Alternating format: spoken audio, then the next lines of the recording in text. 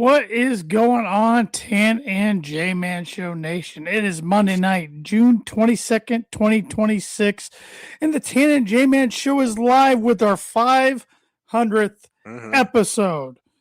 We've been talking about it for a while. It's finally here, halfway to 1,000 episodes. Yeah, you switching up the music threw me off a little bit there at the start. I thought it was time. We've had the same interest music for 2, 3, 4 Long years. time, so yeah. It was time. But, agreed. Man, it's yeah. I mean, I did a lot of going back and trying to research some things, and I got some fun things for us to reminisce about and play. Unfortunately, my old laptop, I used to do a lot of our recording. I fired it up today. It hadn't been fired up since early 2023. It's pretty much junk.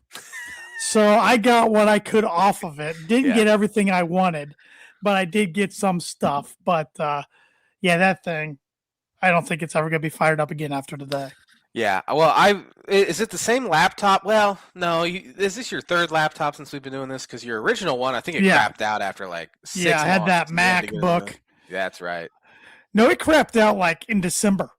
Oh, like a month in? Yeah. This is my third laptop. Even this one's getting some age on it. I feel like I just got it, but I got it in 2023. So. Yeah. Mine is 6 years old now. So laptops are kind of like phones. I use them till I can't use them anymore, and then agreed. And then on to it. But before we get further into the episode and reminiscing about the good old days and listening to some funny audio bits and watching some funny bits, do you have birdie or bogey? I do. It's a Major League Baseball question. Oh, great! That's give me a strike. Give me a bogey. I'm going to give you a few hints along the way, but Kyle Schwarber hit 3 home runs in a game the other night, which is the 5th time in his career he's done that in a single game, which is tied for second most ever. There are 3 guys that are tied for first with 6 3-homer games. Can you name 2 of those 3? I'm even going to give you the third guy, Johnny Mize. I don't think you get that one. No. So I'm going to give you that. Do you want a hint for one of the other guys? Nah. All right. I should, but nah, that's a cop-out. Yeah. The hint I was going to give you, I don't think it would have helped you anyway. But great. Birdie or Bogey is brought to you by Jarrety's Place. Small town vibes, big time flavor. Jarrety's Place serves up fresh breakfast and lunch favorites that keep you coming back for more. Located 703 Main Street in Rochester, Indiana, as well as Arlington Public House. Yeah, let's see what both had on tap over the weekend. Jarrety's Place, Thursday through Saturday, their special was an open-faced Bella. And they also had a hot honey chicken Sammy. Yummy. Of course, they had loaded baked potato available every day, creamy chicken wild rice soup on Sunday, cactus chili Thursday, creamy chicken wild rice on Thursday. Don't know where Sunday came from. Cactus chili on Friday, broccoli and cheddar on Saturday.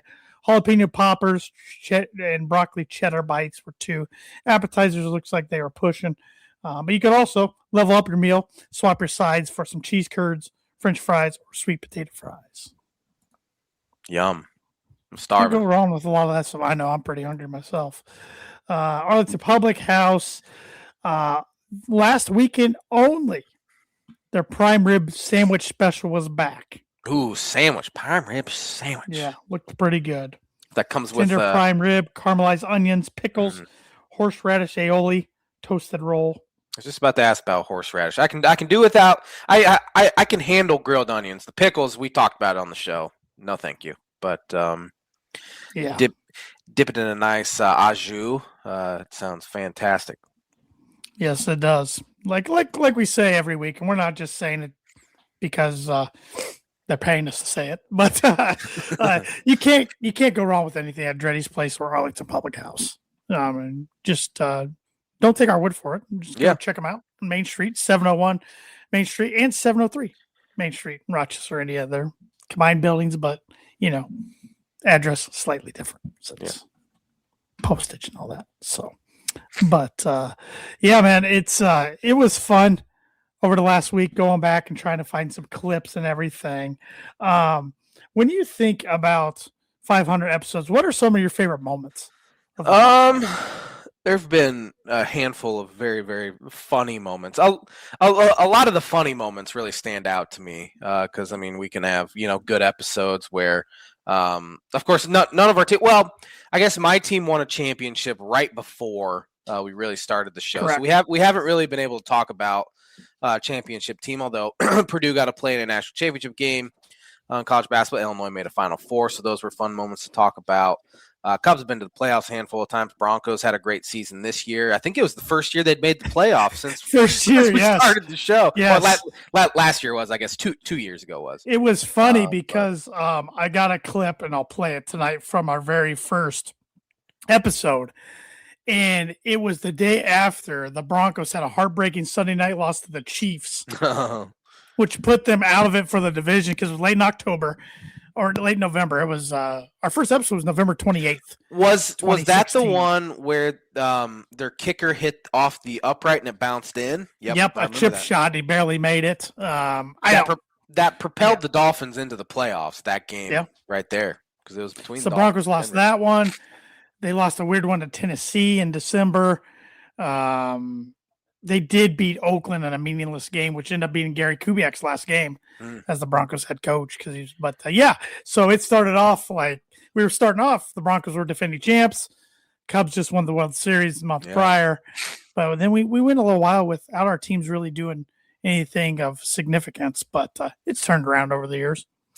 Yeah. Obviously, stuff that pops out. Brian Hooker being on the show a few times. I got some polls from him on here tonight. Of course, he liked to razz me about getting picked off a second by the catcher in a second. That might be played tonight. That's a classic. I mean, we had some good interviews. Garrett Weininger has been on the show, who's now propelled his basketball career to I think it's at Iowa United prep. Yeah, he was on when he was at Warren Central's head coach, not even at Fisher's yet. One of the top young high school coaches in the country, really. Mm-hmm. Obviously, our good buddy Cameron Screen's been on a couple times. He's now, Bethel College's head coach, or Bethel University, I think it is now. Yes. We have had good old Rob Henry on the show, a former Purdue quarterback. He's been on the show. A bunch of guys. Jason Sobel. Jason Sobel as well, premier golf writer. He was on, thanks to our buddy Travis Wottring, who's been one of our sponsors from the very beginning. From the beginning. Rochester baseball coach Corey Good has been on the show.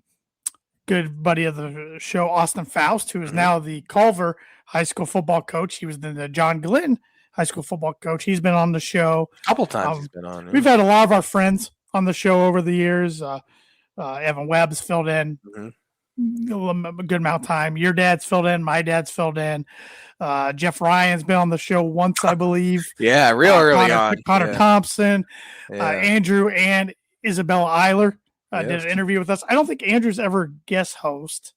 I don't think so. I tried to get him a few years ago when you were out of town because I thought it'd be kind of cool because back when he was on the Boiler Breakdown, to have Evan and Andrew on there.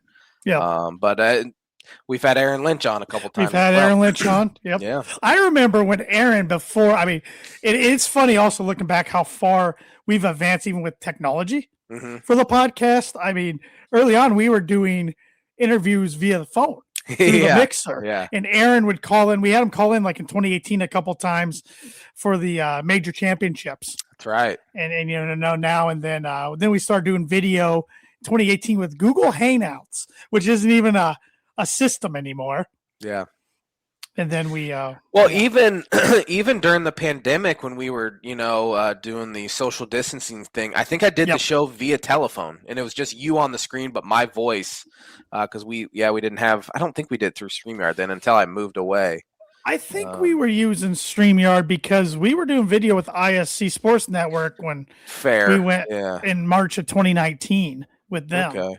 But we were not, as you will see in a blooper I have, we were not very good with video at the start. No, we weren't. Well, I do remember we had that little box there at the start Yes. with ISC that just it worked half the time. Yeah. We'd almost have to go down a half hour early to get it fired up just to make sure it actually worked. Yep. But then we got different equipment, and this has worked far better. Yeah, I mean, we started in my parents' basement when I was still living with my parents. Then I moved to Wabash Avenue in Rochester, and we recorded in my basement. Then you moved to Illinois, so I was still there. You were in Illinois, and we were doing this. Then I moved to Fort Wayne, and we've been doing this ever since. So yeah. But here, let's play a few clips and audio pieces. We'll start off with the audio pieces first. Then we'll play some video clips. But I got some intros here that were funny. I can imagine. We were so bad. Let's start with a clip from the very first episode. It is just, for me, especially my voice, it is cringeworthy. But this is from November 28th, 2016. Dang. Make sure I got the volume up here. Okay. What's up, everybody? Thanks for listening to my first podcast. Here with my main man, Josh, the J-Man Mutt. J-Man. What's going on, Josh? Nothing. Have a good Thanksgiving? Yeah, it's pretty good. Pretty good. You? Good. Yeah. Cool. Except weekend didn't end the greatest last night for me. No, it did not. A little pretty rough. Got about 4 hours of sleep. Sports sucks sometimes. I'm a Cubs fan. Until this year, it sucked my whole life. But now you got bragging rights over everybody. No, I don't even get nervous over sporting events anymore because if I can live through the 7th inning or the 10th inning of Game 7 of the World Series, I can live through anything. That's a good point. Do you still not get nervous during sporting events? No. I get very nervous. That was bull crap what I just said. Maybe for a few weeks after that, but I was actually thinking today because I had some downtime at work, or not downtime, but I kind of daydream a little bit during work sometimes, and I was thinking, I think I was almost as nervous before the Elite Eight game this year than I was before Game 7 of the World Series because of just the stakes of it all. But I don't get overly nervous before regular season games really anymore. That's probably come with age anyway. Anyway. So, but yeah, that was rough. I don't even think our voices sound like that anymore, honestly. I mean, yours sounds more like that than mine. I don't know what the heck that was. We were using the Snowball, the Yeti Snowball mic, and we were only using one because mine, that's awful. I do remember from those first couple episodes, I would do this on my arm. Do you remember that? Like when I talk, I'd hit myself. It'd be like a nervous tick, and I just wouldn't stop doing it. And then you had to point it out, and I kind of got away from that. But and our equipment has evolved over the years too. Because when we first had the first boom mics, they were easy to play with, but you could hear it. Yeah. Yeah. If you were doing anything like tapping your finger on the table or something, it would pick it up clear as day. Yeah. Yep. Well, let's check out this 2017 intro for the Tanner J-Man show. Oh, gosh. Starring former Rochester High School #1 golfer Tanner T-Money Wiggle Lee and former mediocre Rochester High School first baseman Josh the J-Man Munt. This is the Tan and J-Man Show. I forgot about that. Gosh, I do. I remember recording those because, for one, we were losers that spent Friday nights in your parents' basement. For a couple years, so we'd just be messing around with the with the equipment. So I think that there was even one time I had a beer and I cracked it open into the mic, and that was part of an intro one time. I think I got that one queued up next. Oh, all right. But man, that buzzing that I just heard. I do remember the buzz. 2 years straight. Yeah. There was probably something we could have done, like wrapped, like I don't even know, like rubber bands around the mic. Yeah, maybe we'll stop it from vibrating. But this was an intro. Says February 2018. So it's Monday night. Sit back, relax, and grab a beer. It's time for the Tan and J-Man Show, featuring Josh Munt and Tanner Lee. That was a good one. Yeah, we'd just sit there and just talk into the mic and hope we came up with something. Yep. What else do I got? Oh, this was so we interviewed Brian Hooker twice. Yeah. 2017, 2018. And I took this snippet from the 2018 interview. It's when he was talking about jersey numbers because it always just popped me. I don't know. It just, the way he told it, I got a short, I think, 30-second clip here. Yeah, I've always wondered this too.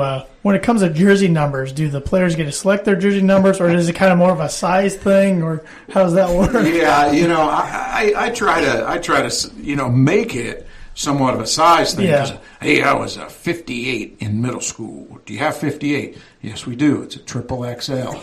Okay, and you're 122. But I like it. I'm like, are you sure you really like us? Because 58's open. Yeah, I want 58. That was section Yeah. of that interview I've always remembered. Like, I could just see like a little guy like me in high school. I Yeah. want 58.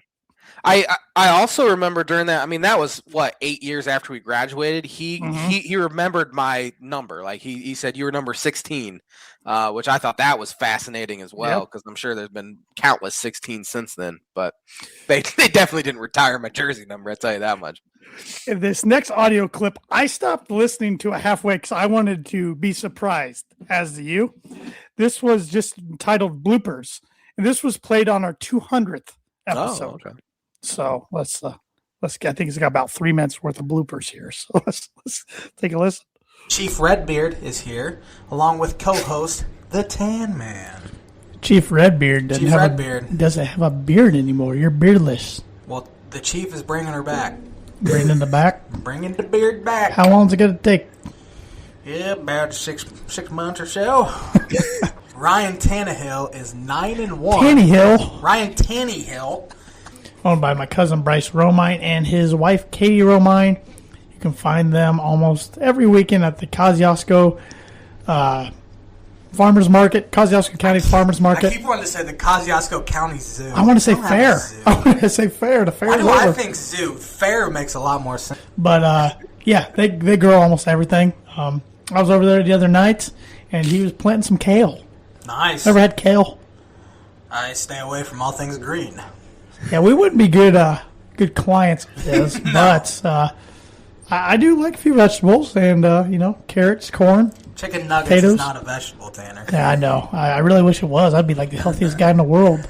Bullpen at the time was an episode of freaking Barney. I mean, it's just bad. I don't know if the people on Barney. I was trying to Wrong think with of Barney, man. I yeah, used to enjoy it when I was like 2 or I was 3. trying to think of a good comparison, but Barney was really bad. I was thinking, what was that clown? Bozo the Clown. Bozo, yeah, it was an episode of Bozo, not Barney. Screw that guy, man. Nightmares. I apologize for screwing that one up. I have nightmares tonight now about Bozo. Thanks, Josh. You're welcome. Here's an interesting little game. You got the Rope Boaters, Minnesota. 3-0, traveling to Maryland. You just said the rope bowers. Boat rowers. The rope bowers. Boat rowers of Minnesota travels to Maryland, who's coming off an awful loss to Temple. Maryland is a 3-point favorite. Give me the Terps. I think those rowboaters will not Boat rowers. rowboaters. Army, what's their nickname? I can see their mascot, Cougar. Golden Knights. Pretty close. Before we get in the breakdown, some of the Week 2 action and preview Week 3, we got a Monday night game to predict. Seattle at Chicago. Chicago's 4.5-point favorite. Give me the Chicago Bears. The Bears. I Thin agree. crust pizza? No, thank you. I'm from Chicago. But it will be interesting to see how he handles some non-success. What's Failure. here? It's a Monday, guys. So I love this show. It's Monday. We say dumb stuff. See what happens when he starts handling non-success. Non-success. Good Can we Lord. get that on a t-shirt, please? Something John Gruden. What is the winners for me? Cincinnati Bengals. I think How'd you say that? the Cincinnati Bengals. There you go. I'm not as good as you or Jameis at saying that. The rowboater. I remember some of those happening live. I don't remember. I do remember the Knights one. I don't remember that one. I do remember the non-success one because it feels like it was more recent than it probably should have been. Oh, man. But I do remember after we'd give the Noble Gnome, I'd do the get your edgies. Yep. I got 2 more audio ones, even though they have a visual because they have a track. And then I got 3 more audio ones and 3 more video ones. And then we'll get into our regular scheduled program. But this is a fun one. I forgot about this. This was back after Joe Madden. I couldn't think of his name. Joe Madden, no longer the Cubs coach. You came out with your 5 picks of who you wanted to be Cubs managers. I'm kind of scared. Give me 5 or 3, but in order, the candidates you want for the Cubs managerial job. Sam Fold, number 1. Okay. I said him. Yep. I would say David Ross, 2. Okay. Mainly because I think he has the highest odds. And I think I've talked myself into it and think he can be a good fit. I try to get that 2016 winning back. Number 3, I would say Carlos Beltran. Number 4, I'd go Mark Loretta, and number 5, I'd go Raul Ibanez. All right. So I like getting former players in there that have gone through the rigors. And the one thing that's the most overrated thing for a manager candidate is experience. I mean, you look what Alex Cora did last year as a rookie manager winning the World Series. Aaron Boone took his team to the playoffs. Dave Roberts has never missed the playoffs. Rocco Baldelli this year in his first year with the Twins has won over 100 games. So. Gosh, that was horrible. Just horrible. David Ross ended up being the guy, obviously, but those other 4 guys haven't become managers at all. Man, that's embarrassing. Sam Fold at least has like a high. I think he's in like the Phillies front office at least, but those other guys, I have no idea. Yeah, that's we've said a lot of dumb things. So Yes. that wasn't as bad as a lot of things I've said. This next clip, this was right before the pandemic, so it never came to fruition. But it's fun to relive and listen to this challenge I threw out to you. We were kind of talking before the podcast started, Yeah. and I want to issue you a challenge when it gets warmer. As long A as game- we don't tape it. Yes, this is being videotaped. A game of 1-on-1 to 20 by 2s and 3s. You're on. You can pick where we play, Where would we play? We'd play at your parents' house. probably, That's but the only place I know could be that at my has a grandparents' basketball. house. That's a tough. That would take us all day to score. 20 That points on rim the is like that. It's like And halfway the backboard's literally as big as the state of Indiana. because our it is pretty big. Our good friend Nathan Sewell, 6'6", used to Dunk on it. dunk on it. But yeah, you were talking some smack. You said, Talking smack. said You were you'd talking. shoot me out of the building. I could shoot you out of the No building. chance. Absolutely, I'd No back you chance. down. Do a little sky hook. Use my physicality to just render you unconscious. I'd just be throwing bows, gonna be interesting, knock you out. Because I do a issued little the jab challenge. step. I issued a challenge to my dad a while back. I want to tape that one too because my 58, soon to be 59-year-old dad thinks he can beat me in a 1-on-1. And I'm pretty sure I can beat him. That jump shot never leaves. He's got a great jump shot, but he can't run and jump. Scored 13 points a game his senior year at I don't care Rochester. what he did without the 3-point line, but Without the 3-point line. but he can't run and I don't think there's 3-point line. Then I don't know. See, I don't know. But That was maybe like there 1946, wasn't it?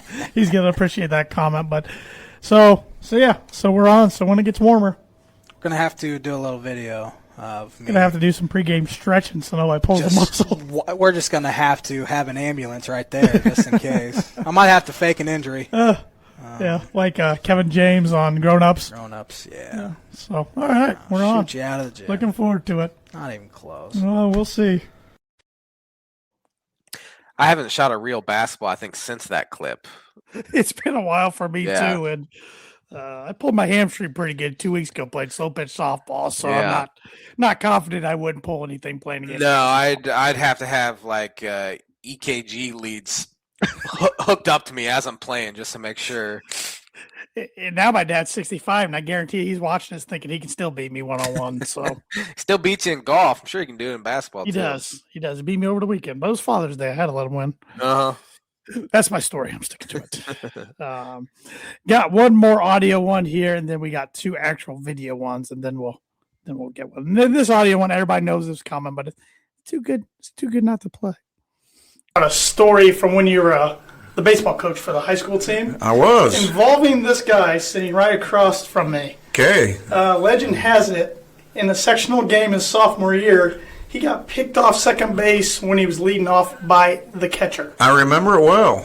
I remember it well. It was, I believe this was at Plymouth High School, Bill Nixon Field there, and we had inserted young Josh Munt into the lineup. I think you were probably DH that day. I was DH. He was DH. We had stuck him in there a few times his sophomore year, and he caught fire. And I mean, there were times where we just couldn't get him out of the lineup there. The sweet swinging lefty there. So we're playing CMA, and you got to second base somehow, somewhere. I don't think it was a double. I don't know if you hit many doubles. It was not a double. Okay, so somehow, some way, you arrived at second base. So I'm over there coaching third, and I don't know who was up or what out, but the game's going on, a few pitches there, and I look, and Josh has got this like huge lead going at second base, and I'm like. I think I might have thrown out a warning a little bit, like, hey, be easy back there on the lead there, because I was really thinking, well, they may have a pickoff attempt from the pitcher to the shortstop or second baseman. That's a shorter throw, and usually you're more reliable pickoff situations at second base. So, I think he gives me the okay sign, like, I've got you covered, coach, no problem with my lead. And so, CMA, they're no dummies. They see this guy, and, let's face it, you weren't built like a base stealer back then, and they're like, what's this guy doing dancing off second like that, getting this extra 7 feet out there? And so, they probably have some kind of a pickoff deal, and so anyway, they did, but it's from the catcher throwing all the way through to second base, and so sure enough, they throw to the plate, to the batter. Catcher gets it and just guns down to second, and if my mind's right, it wasn't all that close. It was not. I did not slide. It was, I think the guy caught it and had to come out and tag. Yep. And so, but I will say this. He was a good catcher. This guy was a good catcher. There's no question about that. I don't think he was an Indiana kid. Maybe he was, maybe he wasn't. But I think he started out playing at Michigan or Central Michigan, maybe, or something like that. And I don't know what his career became, but just to get there on that campus, that shows he was pretty good there. But a safer lead would have been more advised there. I don't know if the sectional fever had gotten to you and you were ready to pounce, like maybe a dirt ball you were going to get down there or a score, but it deflated our inning a little bit right there. But you're not the only guy that's happened to. Usually, though, it's pitcher to second baseman or something like that. I was going to say, is he the only guy who got picked off at second by the catcher during your coaching career? I believe so. There you go, Jeff. I want to ask you about a story from when you were The thing that people don't like to bring up about that story is I hit a rocket into left field for an RBI single in that frame. The worst part is I think we ended up losing by 1. So, yeah. And I'm pretty sure who was hitting. I don't remember. I think it was Brody Shane. I think he was up hitting, and he was obviously one of our better players. It was either Brody or I can't remember. I'm pretty sure it was Brody. I'm like, I'm going to try to score from second on a single. There's 2 outs in the inning. I need to get a big lead to get out there and score, and it backfired horrendously. I like your thought, but Yeah. that moment has led to one of the great moments in TNJ Man Show history. Yes, definitely. But if we would have ever had Chad Thomas on, I'm sure he could have told an embarrassing story about my golf career. So this is one I've sent you this about a month or two ago when it popped up on my Facebook memories. This is one of my favorite segments you ever came up with in TNJ Man Show history. You came up with a list of big words that you wanted to I do use remember throughout that. the podcast. Yeah. Longer than the duration of the game. I think he was just being a nincompoop. What did you do? Some of these contracts have me bamboozled. They've got me flabbergasted, though. There's number 3. There's definitely they're definitely not words you say every single day. Man, but and I'm trying not to go all cattywampus on you guys. Now, will he be out there pulling shenanigans, kind of like he did? In props to the bigger conferences, but I think it's a bunch of malarkey. I'll tell you that much. You know what kind of bread I hate? Pumpernickel. Oh, Whatever. I didn't think any of the rest would Not gonna cause a big brouhaha. make any of the things. The second half discombobulated. They were kind of lollygagging around, going loose. Northwestern and skedaddle out of the Big Ten tournament. I think my favorite part is that when you look at the camera Yeah. and you like do a check mark in the air, like Yeah, I kind of ruined it though because I had to tell people because every time I'd say like the word, I'd start laughing. I'm like, I gotta tell people, so I stopped laughing here. yeah, that footage was not the best, but that's the footage that lives out there on Yeah. Facebook still. What year was that? 18, 19? 18, I believe. 2018. Okay. Yeah. This next one's also from 2018. I came across this on our Facebook. Don't know why it was on our Facebook. We were trying to do an intro for episode 113. Take a look here. Listening to the Tan and J-Man Show, sponsored as always by Fraunfelter Dental Clinic, family-owned dental clinic with laser whitening. That was terrible. Well, got this on video, I'm so hating that we have it on video.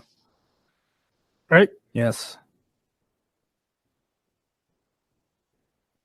Why does that always go back to? You're listening to the Tan and J-Man Show, sponsored as always by Fraunfelter Dental Clinic, a great family-owned dental clinic that offers laser whitening and dentistry, along with braces, implants, or typical teeth cleanings. Go see Dr. Bill or Dr. DJ today. I just said tooth cleanings. This is bad. This is gonna be fun for me to watch later on the video. Man. Ready? Yep. You're listening to the Tan and J-Man Show, sponsored as Dog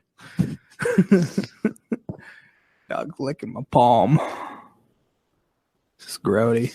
I'm gonna delete this video right now and restart a different one. You're listening. That's how a lot of them would start for us Yep. before we got on ISC Sports Yep. Network. That was actually episode 114, and we were still laughing. And That's bad. now we're episode 500. That's but, bad. Oh man, but yeah, Those were fun. That's all I got for Yeah. throwbacks. But there's many more out there. I would have to dig to find them. So. I can't think of many others besides the ones you shared at all. Yeah. Like, those were kind of our greatest hits, if you There will. was one, but I don't have like what caused us to crack up when we were recording with our good friend Cameron Screeton, and we were just busting up laughing. But Yeah. I think I have that clip somewhere of us laughing, but I don't know what we were laughing about. So, Yeah. not as funny without context. I know. I don't even know the context. All I know is we were just dying for some reason. I think we were like re-listening to something we were talking about, and it just made us laugh. I think you're right. Oh, I got one more video one. I just saw boy. down here. This is a good one. I completely forgot about. This was when you had already moved to Illinois, but I was still living in Rochester. So, of the weekend, Saturday night, 7:30, ABC, top 5 matchup. Notre Dame, 17.5-point underdogs at the Horseshoe against Ohio State. I think Ohio State covers. Give me Ohio State for 11, and I'll even say this. I'm going to say something stupid here. If Notre Dame finds a way to win, I will hop my neighbor's fence into their horse pasture, jump on a horse, and ride that thing around Lockport, Illinois. You're going to make me root for Notre Dame.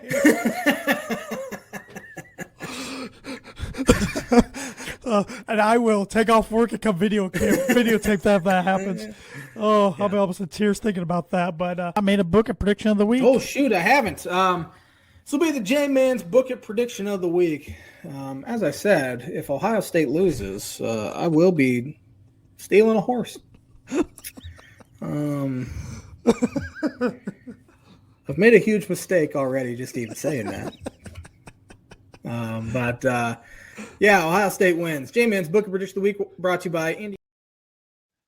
That was only 4 years ago. I know. I had completely forgot about that. I did too. I will be stealing a horse.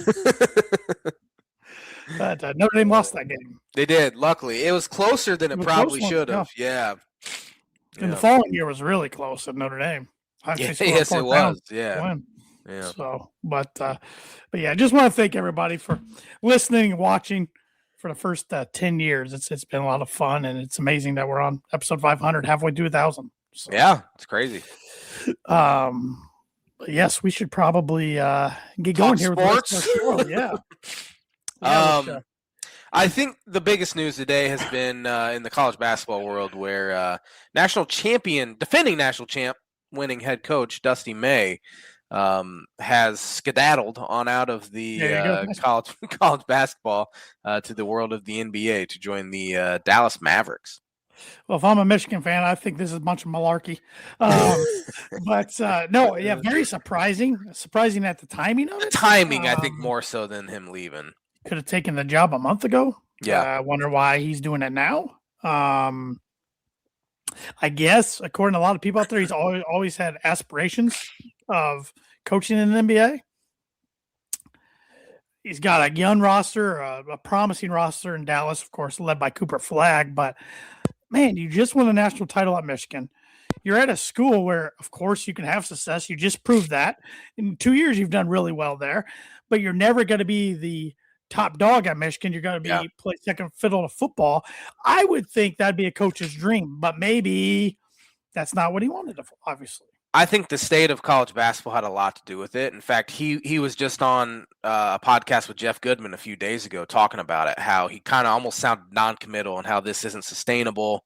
And I think a lot of it had to do with, so he wins the national title, gets to be happy for an hour, and then the portal opens up and he has to get right back to work to do it again. I just don't think it's sustainable at all. And Matt Norlander even asked him after the game, do you think you'll be at Michigan in 3 years? And he said, no, the way college basketball is unsustainable.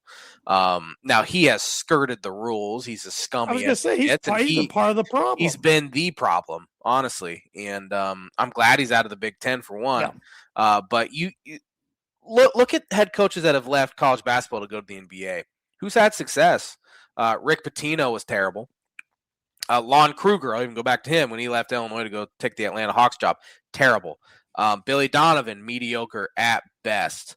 Fred Hoiberg, horrible.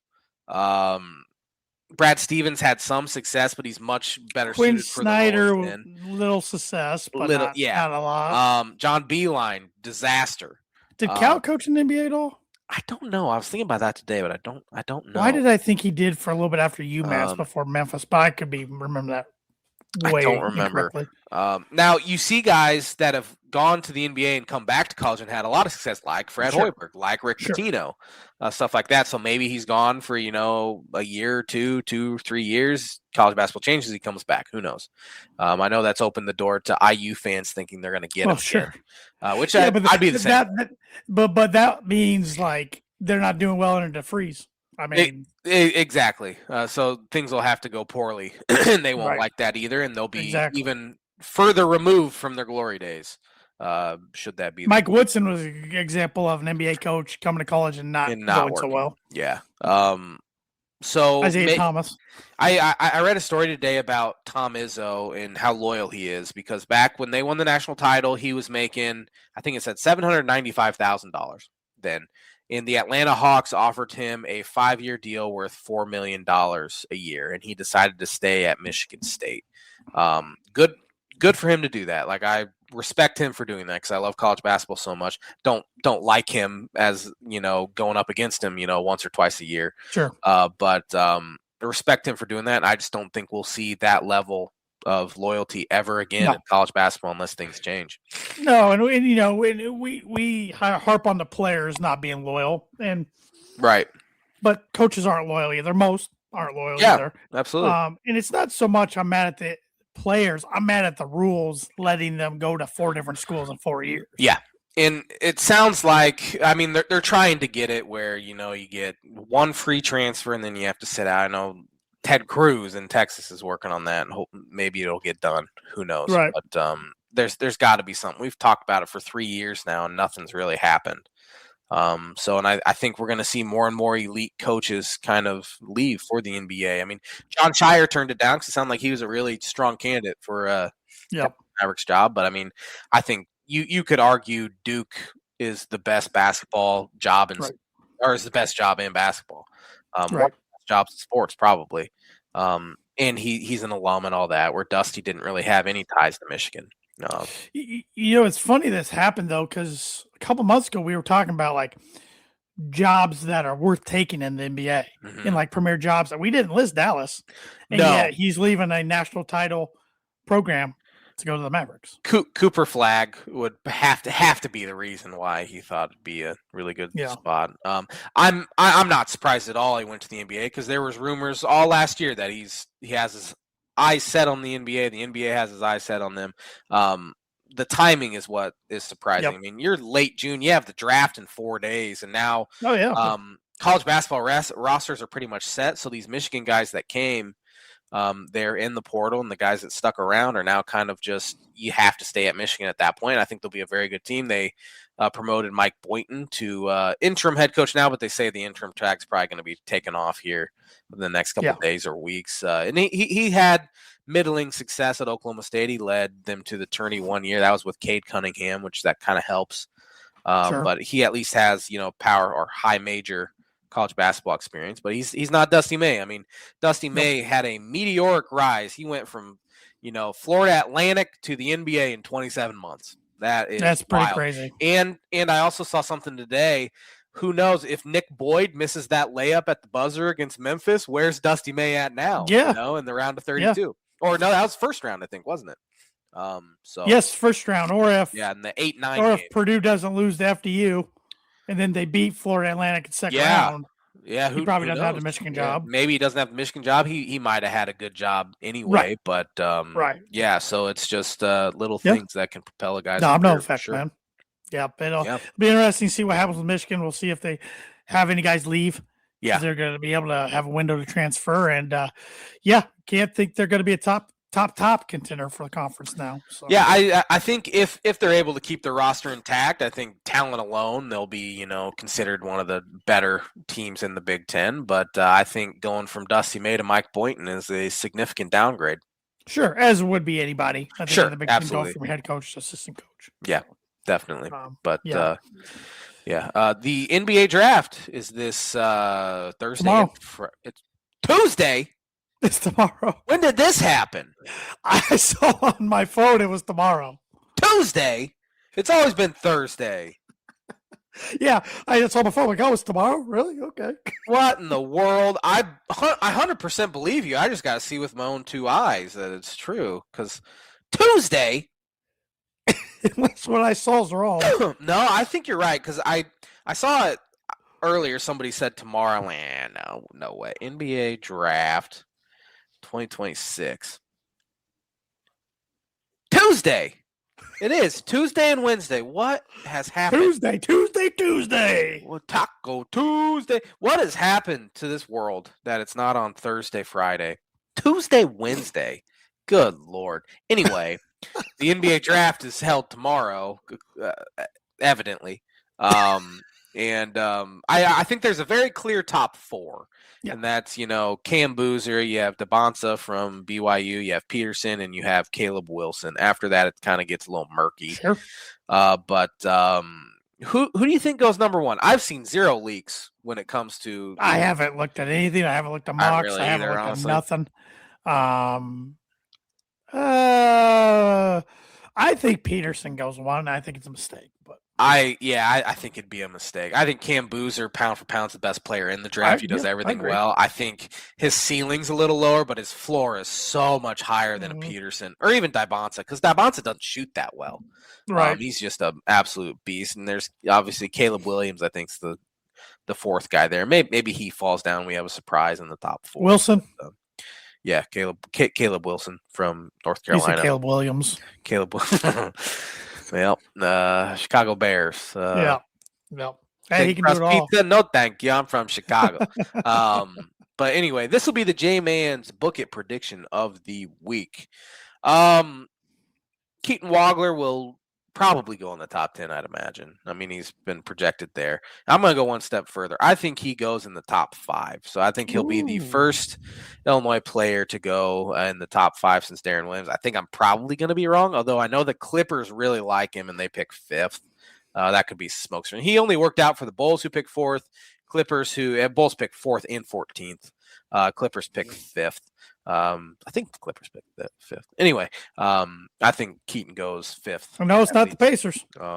And Keaton will probably go out of the lottery. He'll probably fall to 18th or something like that. But anyway, J-Man's Book and Prediction of the Week brought to you by Travis Wottring Insurance Agency for life, home, auto, business, renters, workers' comp, and farm insurance. Contact Travis at 219-869-4561.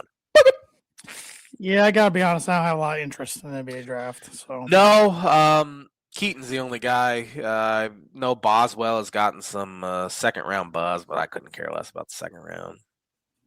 Honestly, yeah, the second round will have my attention just for Braden Smith. But right. Even then, I probably won't watch it. No, I might tune in early on just to see where Keaton could go, but yeah, it's not appointment viewing for me like the NFL draft is. Even NFL draft anymore, I watch the first round, but I don't really watch the rest of it anymore. Right. But same with the Major League Baseball. I follow the Major League Baseball draft, I think, more than I do the You've always loved your prospects. NFL. I do. But yeah. Well, I got a fun blind rankings for you this week. So it's podcast related. All right. So say somebody came up to you, say it was the IC Sports Network, came up to you and like, J-Man, you're going to keep the Tan J-Man show, but we're offering you six figure salary. Okay. But you have to have a different co-host. Can't be Tanner. Tanner's good, but he's not what we're looking for. We're looking for you and a different co-host. So you got your choice of these guys to be your co-host, and you can name the show whatever I like you want. this one. Yeah. So you got 5 different people. Blind rank, of course. Starting with Stephen A. Smith. Oh man. And we're going for this one. This is an everyday show. Since you're making 6 figures every day. Every day. Live every day. I better be making 7 figures if I'm working with Stephen A. That's fair. Well, I think you can say that for a lot of these guys, but I don't like being yelled at. And I don't think he says anything worthwhile. I think we're much smarter when we talk about sports than Stephen A. Smith is. So I'm going to put him at 5th. How about Jeff Ireland? Oh, man. He'd probably ask me some bad questions about people's mothers because that's what he did to Des Bryant. I hated that guy. I know you did. That's why he's on this list. I'm putting him 4th. I can stand him. Timmy Beckman. Timmy. I mean, he probably wouldn't accept it because he doesn't like you. But hashtag Fire Beckman show is what that would be called. Honestly, he just seemed like such a moron that I think it'd be entertaining podcast stuff. So I'm going to put him at 2. In fact, I read a story about him. I think it was last year, what he's doing now. He is a scout/grader for Pro Football Focus for PFF. So that's what he does. Interesting. Yeah. Yeah. Skip Bayless. Skip. I like Skip slightly more than Stephen A. Because I think Skip knows the game a lot better than Stephen A. does.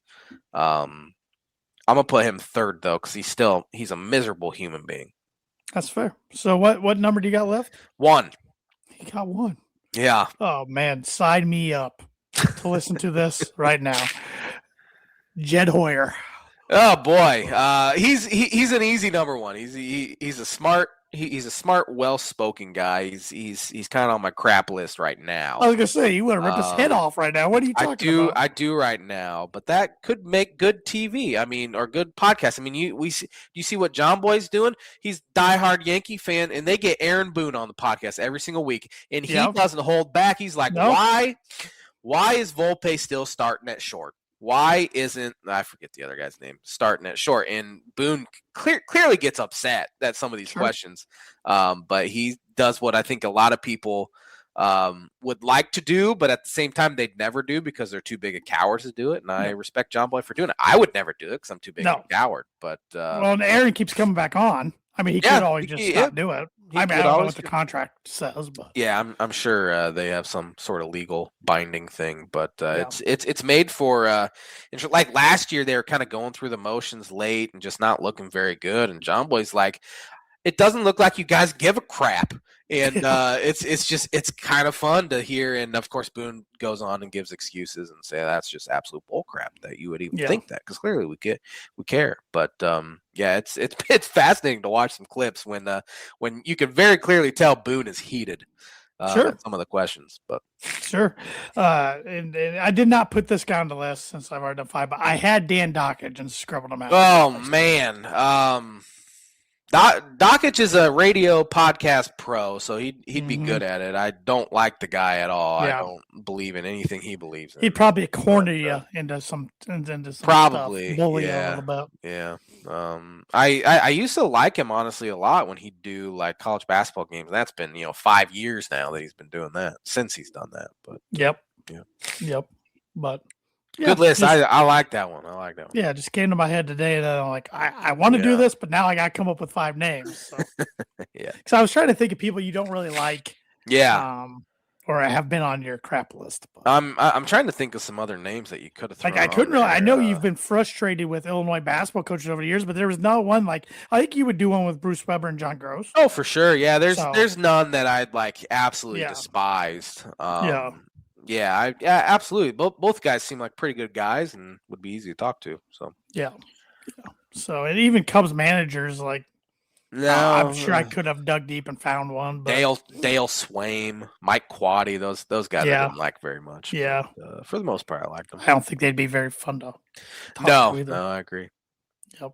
But that is the blind ranking segment, which is brought to you by, like it is every week, Proforma Print 2 Promo Group. If you're looking for a trustworthy, dependable resource for your next trade show, company picnic, or sales meeting 2026 or 2027, Proforma Print 2 Promo Group has over 50 years combined experience in promotional products and commercial print.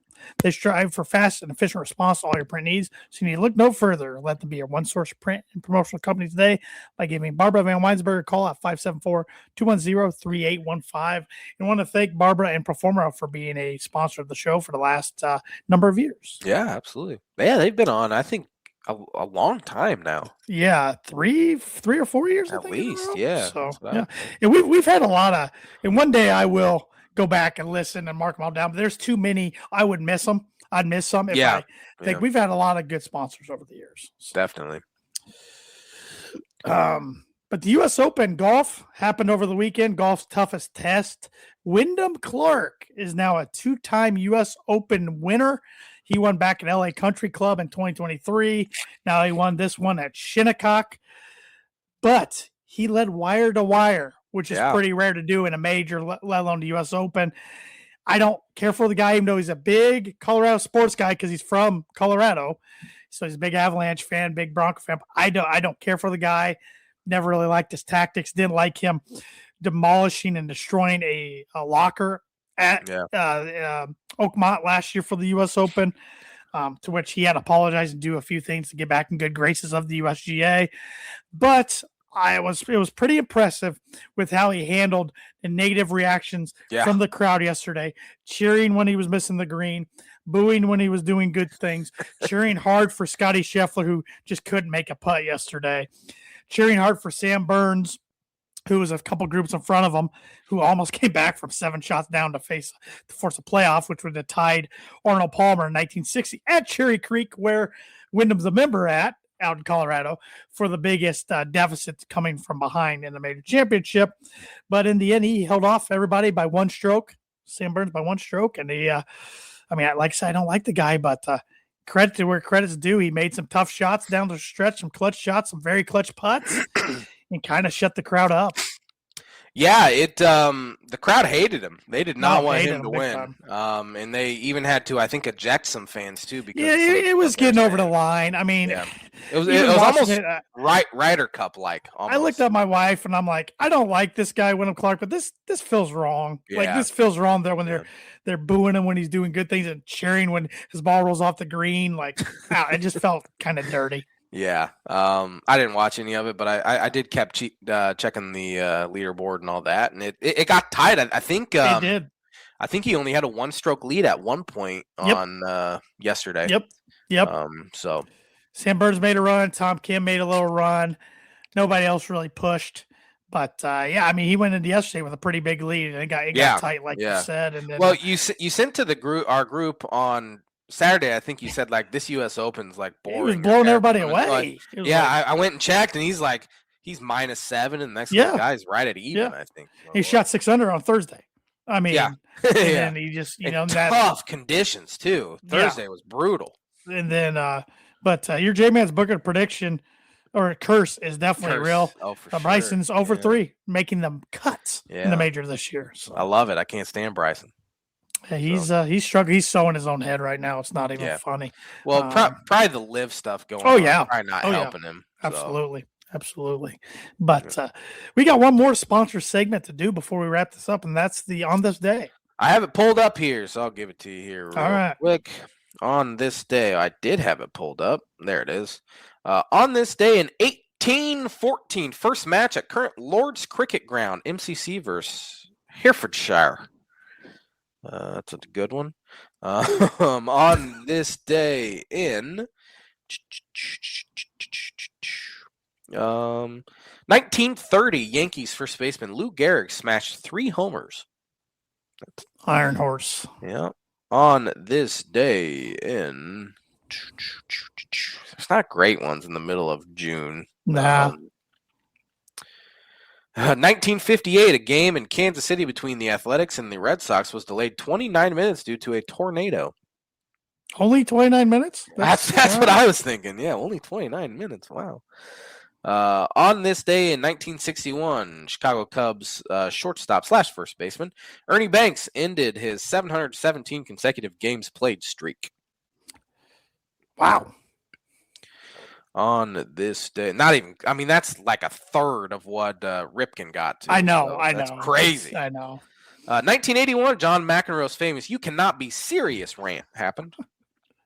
Yeah, I mean, he was a great player, but if he doesn't do that, he's not as famous as he is today. 45 years ago today. 1982, Pete Rose moved past Hank Aaron into second place all time in the hits. So, man, we got 1 minute left. Put him in the Hall of Fame. Yeah, he's a scumbag, too, just like Dustin May. Who won the U.S. Open in 2009? 09 was Lucas Glover. It was, over Ricky Barnes, David Duval, and Phil Mickelson. I know. 2 of my all-time favorites in there. And that is going to do it for On This Day. And that is the On This Day segment, which is brought to you by, like it is every week, Blue River Digital. Blue River Digital is a full-service smart marketing agency. They help businesses simplify marketing and grow with attention. Their focus is on system strategy and long-term results, not hype or one-off tactics. They offer digital marketing, website development, graphic design, printing and direct mail, signage and vehicle graphics, corporate apparel, promotional items, and AI and automations.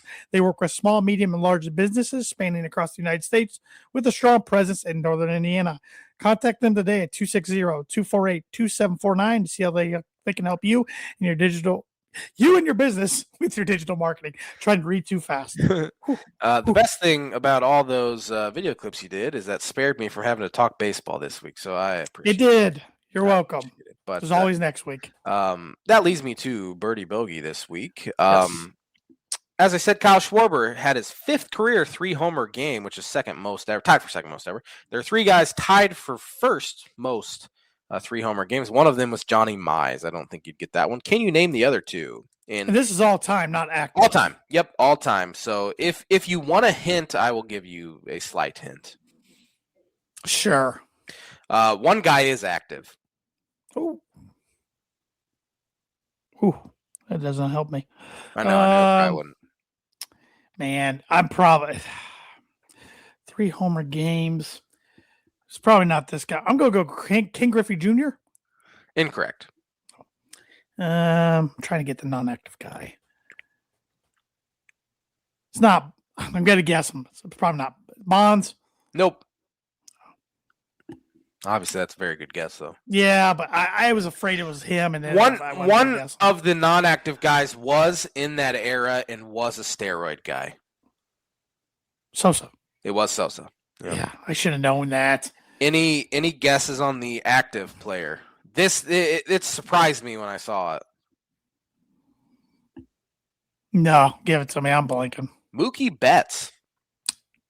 I could have guessed 15 guys, and he wouldn't have been one of them. 6 career 300. Oh boy, we're well over par now. I'm like over par now. No, you're only 1 over par. 1 over par. Okay. Yeah. Thanks for watching the Tan and J-Man show. I hope everyone had a great Father's Day. Special shout out to you as you and your wife announced you were pregnant over the weekend. Thank you. Congratulations to you. Appreciate it. And Stephanie. And we will be back at her next Monday with another episode. Have a great week, everybody.